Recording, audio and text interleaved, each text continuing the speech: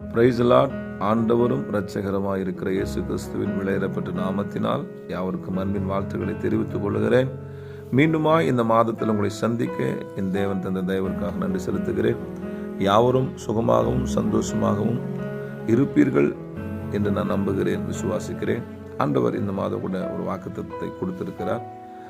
சங்கீதம் 55 புஸ்தகம் அதனுடைய 18வது வசனம் இப்படியாய் சொல்லுகிறது: திரளான கூட்டமாய் கூடி என்னோடு எதிர்த்தார்கள், அவரோ எனக்கு நேரிட்ட பெயரை நீக்கி என் ஆத்துமாவை சமாதானத்துடன் மீட்டு விட்டார்.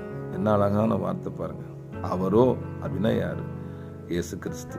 நமக்கு நேரிடுகிற போரை நீக்கி, சடனா நிறைய ப்ராப்ளம், நம்ம நிறைய உடஞ்சி போய் இருப்போம். நிறைய போர் நம்முடைய வாழ்க்கையில், நம்ம குடும்பத்தில், தனிப்பட்ட ஜீவியத்தில், நம்ம வேலை செய்கிற இடத்துல, நம்மளை சொந்த பந்தங்களில், நம்ம சுற்றி இருக்கிற சர்க்கிள்ஸில் நிறைய போர், நிறைய ப்ராப்ளம்ஸ், நிறைய போராட்டத்தை நம்ம சந்தித்து கொண்டிருப்போம். திடீர்னு நேரிடுச்சுங்க, திடீர்னு வந்துடுச்சுங்க, என்ன நடக்குதுன்னே தெரியல. என்னை சுற்றி இப்படிப்பட்ட காரியங்கள்லாம் நடக்குது. ஒரு பெரிய ராஜா பாருங்க, தாவீது. அவன் எதிர்பார்க்கவே இல்லை அவன் மகன் அப்சலோம் அப்படி இருப்பான் அப்படின்னு சொல்லி. அவன் எதிர்பார்க்கவே இல்லை அவனோடு கூட இருந்த அகித்தோப்பில் அப்படி இருப்பான், விரோதமாக எழும்புவான் அப்படின்னு சொல்லி. அவன் எதிர்பார்க்கவே இல்லை அவன் நம்பியிருந்த ஜனங்கள் அவனுக்கு விரோதமாக எழும்புவார்கள் என்று சொல்லி. இப்படி ஒரு கூட்டம் எழும்பி ஒரு பெரிய பேர் புகழோடு இருக்கிற ஒரு ராஜா, ஆனால் விரோதமாக குடும்பத்திலேருந்து எழும்புறான், கூட இருந்து எழும்புறான், அவனை சுற்றி இருக்கிறவன் எழும்புறான். இப்படி உங்கள் வாழ்க்கையில் அப்படி நடக்குதுங்களா? ஒரு குடும்பத்தில் ஒரு ப்ராப்ளம் எழுது, கூட இருக்கிறவங்களும் எழுது, உங்களை சுற்றி இருக்கிறவர்கள் மூலமாக எழும்புது. அப்படி நீங்கள் வேதனையோடு துக்கத்தோடு ஏன் இப்படி நடந்துட்டு இருக்குன்னு தெரியாமல் இருக்கீங்களா? அதுக்கான சொல்யூஷன் ஆண்டவர் சொல்றார்.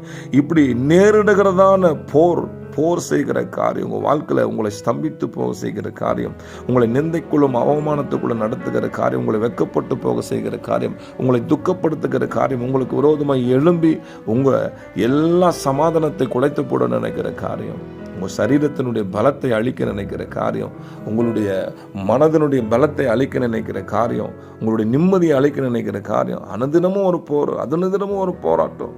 எப்படி வெளியே வர்றதுன்னு தெரியல, எப்படி அப்படின்னு நினைக்கிறீங்களா? ஆண்டவர் தாவீதை எப்படி கொண்டு வந்தாரோ அதே போல உங்களையும் கொண்டு வர போகிறார். உங்கள் வாழ்க்கையில் நேரிடுகிறதான எல்லா விதமான போரையும் கர்த்தர் நீக்கி உன் ஆத்துமாவை சமாதானத்தோடு கூட மீட்க போகிறார். உன் வாழ்க்கையை சமாதானத்தோடு கூட மீட்க போகிறார். ஏன் தெரியுங்களா? நமக்காக சிலுவையில் தன் ஜீவனை கொடுத்தவர், தன் இரத்தத்தையே சிந்தினவர். அவர் உயிரோடு எழுப்பி சொல்லுகிறார், நான் நேற்றும் இன்றும் மீண்டும் சதா காலங்களில் மாறாதவராய் இருக்கிறேன். நான் உன்னை விட்டு விலகுவதும் இல்லை, உன்னை கைவிடுவதும் என்று சொல்லுகிறார். மாறாதவராய் இருக்கிறார். அந்த மாறாதவர் தான் சொல்லுகிறார், நான் இருக்கிறேன், பயப்படாதே, கலங்காதே, திகையாதே, நான் இருக்கிறேன் என்று சொல்லி அவர் நம் வாழ்க்கையில் நேரிட்டதான எல்லா போரையும் நீக்கி நம்மை விடுவிக்க வல்லவராய் இருக்கிறார். ஆமென். God bless you.